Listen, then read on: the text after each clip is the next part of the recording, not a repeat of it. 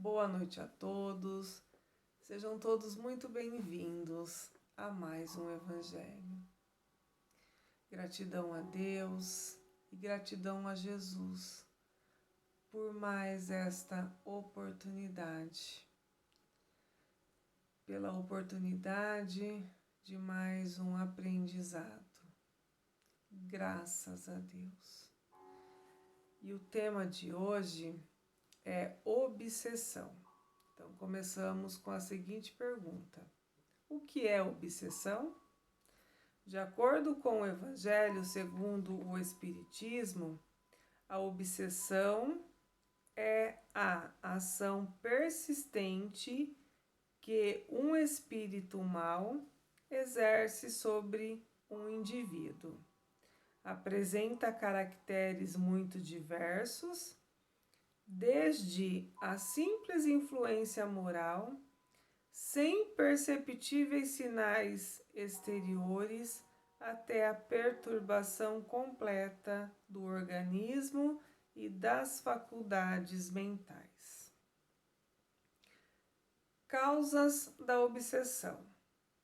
As causas da obsessão decorrem de vários fatores, dos quais os mais frequentes são tendências viciosas, egoísmo excessivo, ambições desmedidas, aversão a certas pessoas, ódio, sentimentos de vingança, futilidade, vaidade exagerada, apego ao dinheiro, revolta, impaciência e medo.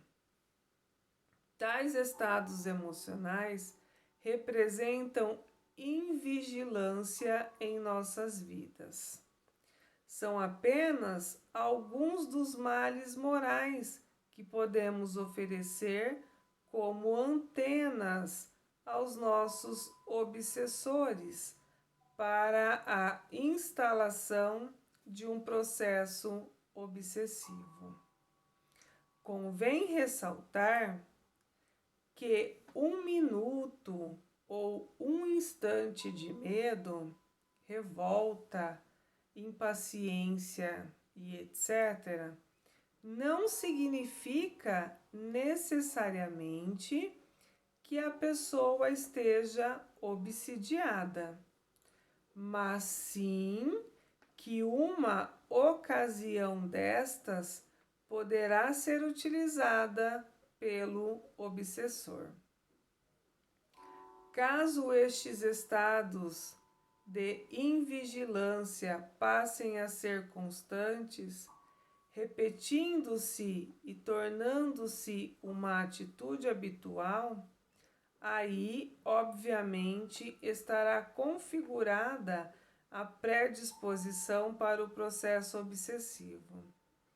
Problemas reencarnatórios é uma outra causa da obsessão. E aqui podemos citar como exemplo aqueles casos de vingança que perpassa séculos em que a suposta vítima continua cega pelo ódio em relação àquele que julga ser o seu algoz.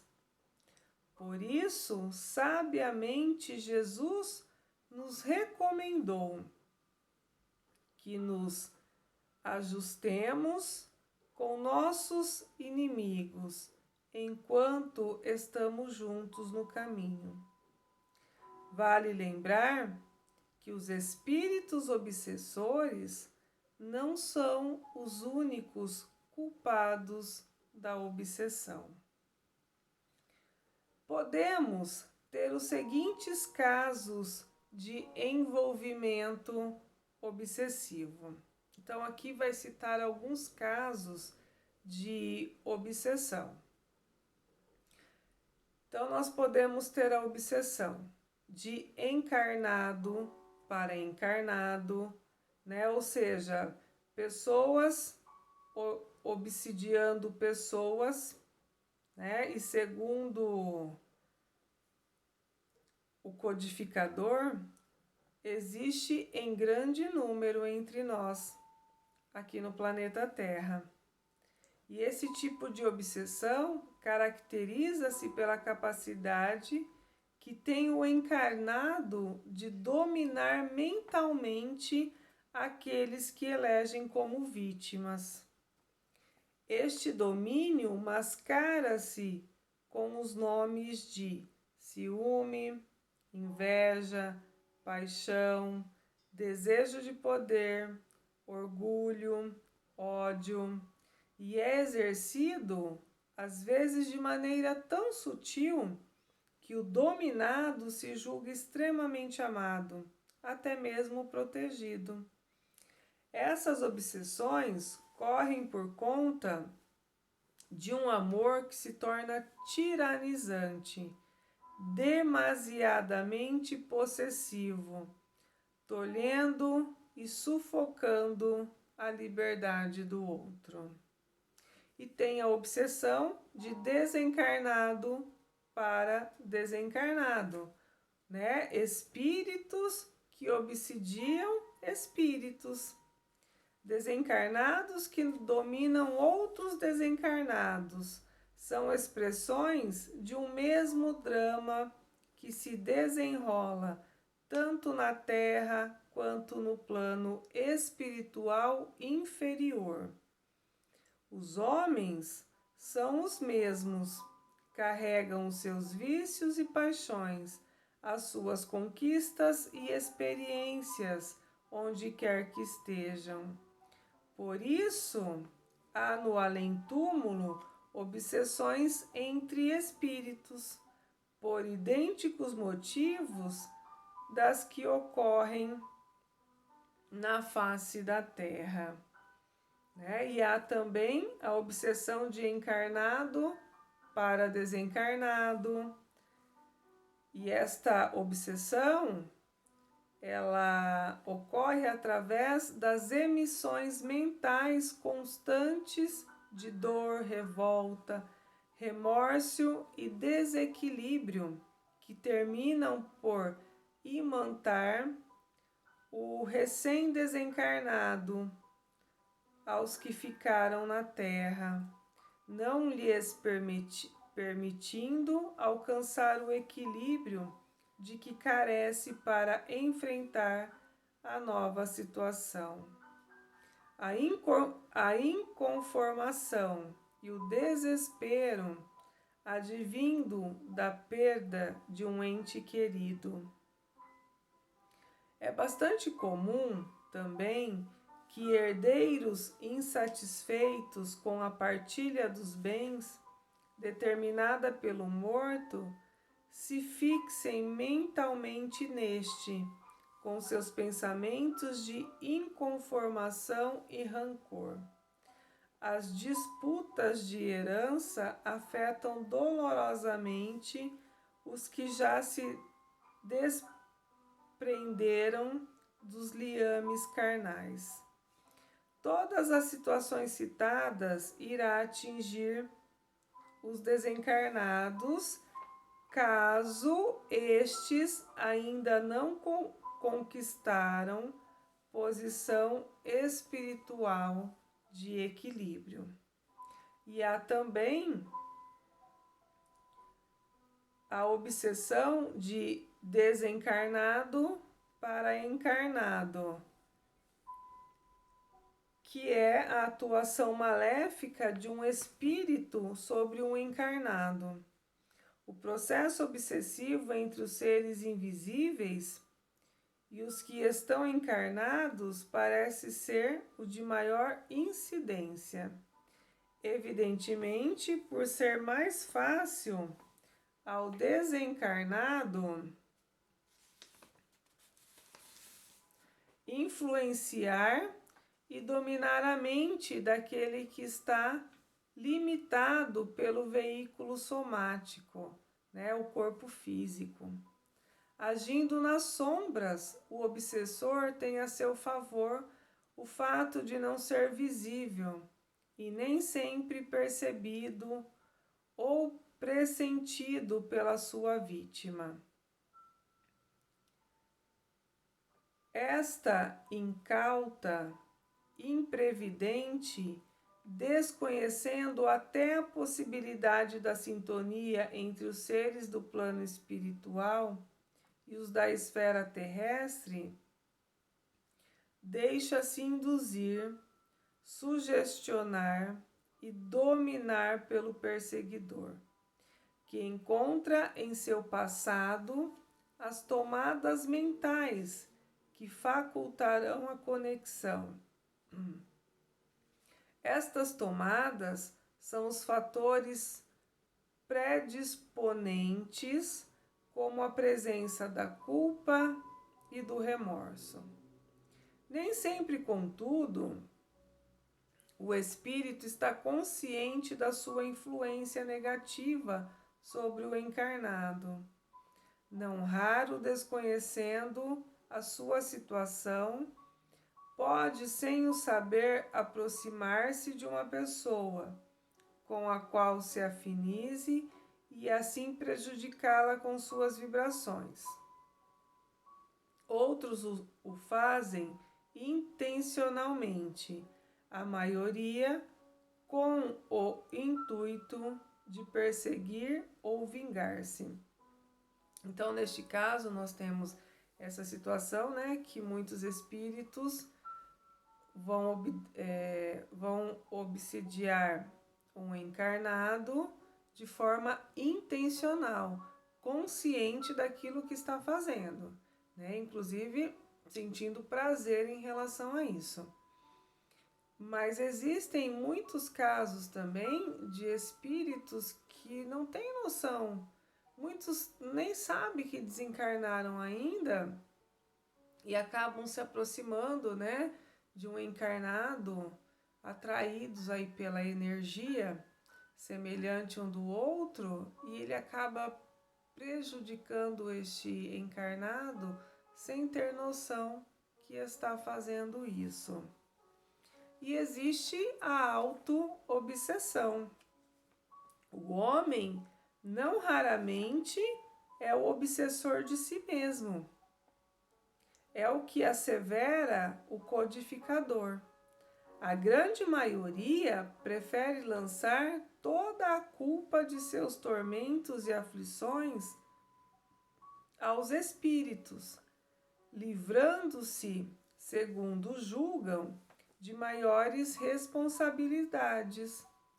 Kardec vai mais longe e explica: alguns estados doentios e certas aberrações que se lançam à conta de uma causa oculta derivam do espírito do próprio indivíduo, que inutilmente percorrem os consultórios médicos em busca de diagnósticos impossíveis para a medicina terrena. São obsessores de si mesmos, vivendo um passado do qual não conseguem fugir, no porão de suas recordações. É que nós somos espíritos eternos, não é? Então, desde a nossa criação até o presente momento, nós já tivemos inúmeras vivências, e todas essas vivências, né, todas essas experiências, elas estão em nós, porque elas fazem parte da nossa trajetória, né? Então, é referente, quando ele coloca aqui nos porões de suas recordações, ele está se referindo a isso, não é? Vamos pensar que nós somos um arquivo. Então, tudo que nós vivenciamos, desde a nossa criação até o presente momento, está arquivado em nós. São cultivadores de moléstias fantasmas, dramatizando as ocorrências mais corriqueiras do dia a dia, sofrendo por antecipação.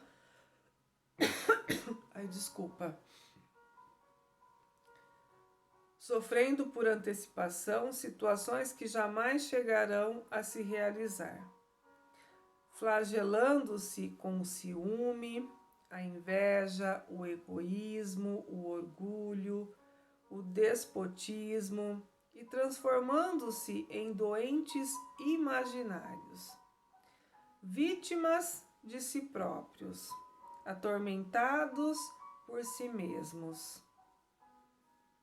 Esse estado mental abre campo para os desencarnados menos felizes, que dele se aproveitam para se aproximarem, instalando-se aí sim o desequilíbrio por obsessão. Como nos libertar da obsessão? Segundo Herculano Pires, na obra Obsessão, o Passe, a Doutrinação, a cura da obsessão é uma autocura. Ninguém pode livrar você da obsessão se você não quiser livrar-se dela. É o que ele coloca lá no livro. Você é responsável pelo seu comportamento. Controle as suas ideias. Rejeite os pensamentos inferiores e perturbadores. Estimule as suas tendências boas e repila as más. Tome conta de si mesmo. Deus concedeu a jurisdição de si mesmo. É você quem manda em você nos caminhos da vida. Aprenda a se controlar em todos os instantes e em todas as circunstâncias. Experimente o seu poder e verá que ele é maior do que você pensa. Então, este é o conselho, né? É a dica que o Herculano Pires deixa para nós, né? Em relação de como libertar-se da obsessão. Quem é o obsessor? Obsessores visíveis e invisíveis são nossas próprias obras, espinheiros plantados por nossas mãos. O obsessor é uma pessoa como nós. Não é um monstro saído das trevas, onde tem a sua morada para todo sempre. Não é um ser que só vive de crueldades, nem um condenado sem remissão pela justiça divina. Desculpa. Não é um ser estranho a nós. Pelo contrário, é alguém que privou de nossa convivência, de nossa intimidade, por vezes com estreitos laços afetivos.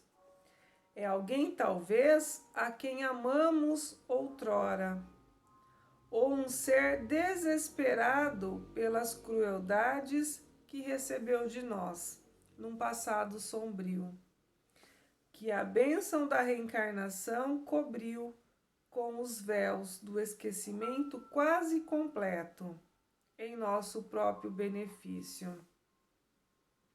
O obsessor é o irmão a quem os sofrimentos e desenganos desequilibraram, certamente com a nossa participação. Entretanto, quantos de nós já não cometemos essas mesmas atrocidades que ele comete agora? Quantos de nós já não alimentamos ódios semelhantes? Quem está livre de trazer nos escaninhos da consciência a mesma inimaginável tortura de um amor desvairado, doentio, que se fez ódio e se converteu em taça de fel? Quem pode dizer qual seria a nossa reação se vivêssemos as tormentas que lhe corroem as profundezas da alma? O ódio só no amor tem cura. É o antídoto que anula os efeitos maléficos, que neutraliza e, sobretudo, transforma para o bem. Quando surge em nosso caminho, ele nos enxerga, ele, o obsessor, nos enxerga tal qual fomos ou somos. Ele nos identifica pela maneira da qual vibramos, caso não tenha havido a melhora moral.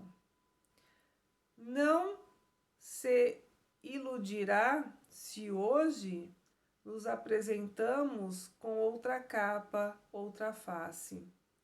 Para ele o tempo parou, um instante em que foi ferido mortalmente, no momento em que teve os seus sonhos destruídos e quando se sentiu traído ou injustiçado. O obsessor é, em última análise, um irmão enfermo e infeliz, dominado pela ideia fixa de vingar-se. Os obsessores, entretanto, não são totalmente maus, como ninguém é absolutamente mau. Possuem sementes de bondade, recursos positivos que estão abafados, adormecidos. Obsessores e obsidiados são seres que sofrem porque desmandaram entre si. Então, nós podemos observar que não tem ninguém 100% inocente e ninguém 100% culpado, né? Fazemos parte da história que construímos em relação a nós mesmos.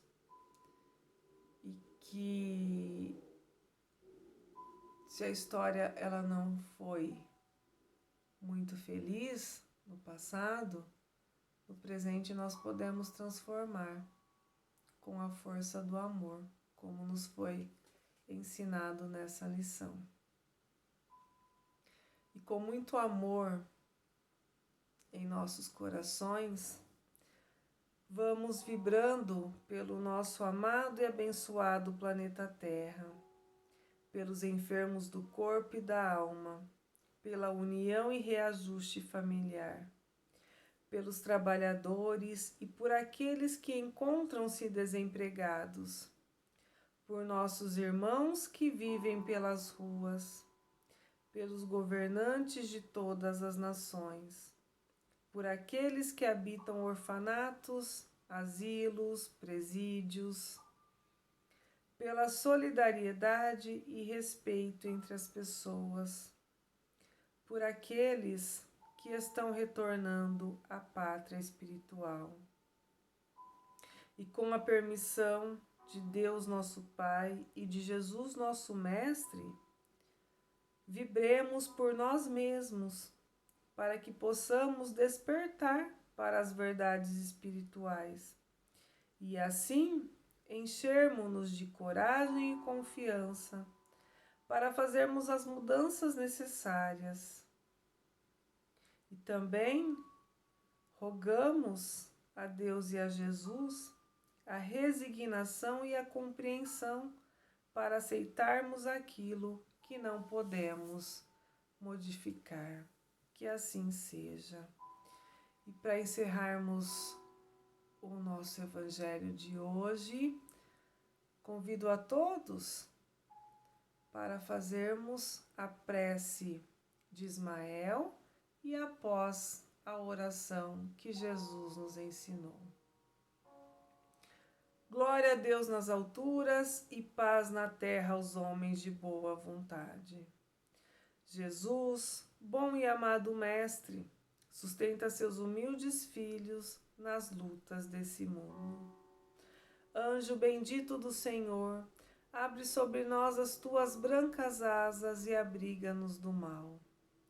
Levanta nosso espírito à majestade do teu reino e infunde em todos os nossos sentidos a luz do teu imenso amor.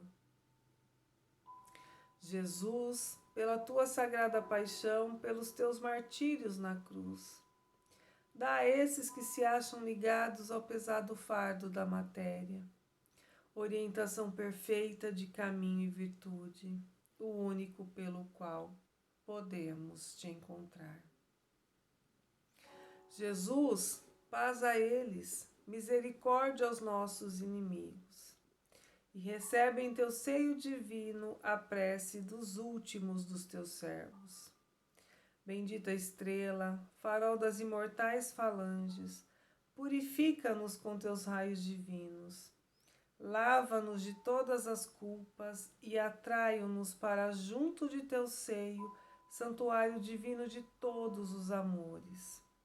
Se a humanidade com os seus erros, paixões e ódios alastra o caminho de espinhos, escurecendo nosso horizonte com as trevas do pecado, rebrilha mais com a tua misericórdia, para que, seguros e apoiados no Santo Evangelho, possamos trilhar e vencer as escabrosidades do caminho e chegarmos à morada do teu reino. Amiga estrela, farol dos justos e pecadores, abre teu seio divino e recebe nossa súplica pela humanidade inteira. Que assim seja. Pai nosso que estais nos céus, santificado seja o vosso nome. Venha a nós o vosso reino. Seja feita a vossa vontade, assim na terra como no céu. O pão nosso de cada dia nos dai hoje, Senhor. Perdoai as nossas dívidas, assim como nós perdoamos aos nossos devedores. E não nos deixeis cair em tentação, mas livrai-nos de todo o mal, agora e para sempre. Graças a Deus. Graças a Deus, graças a Deus e graças a Deus. Que a doce paz do nosso querido e amado Mestre esteja hoje e sempre com todos nós. Agradecemos também a espiritualidade amiga que nos auxilia sempre com muita dedicação, amor e carinho, nos conduzindo através da intuição aos caminhos que levam até Jesus para podermos chegar até Deus, nosso Pai, nosso Criador, a fonte do amor e da verdade. Graças a Deus. Um abraço a todos e até a próxima oportunidade.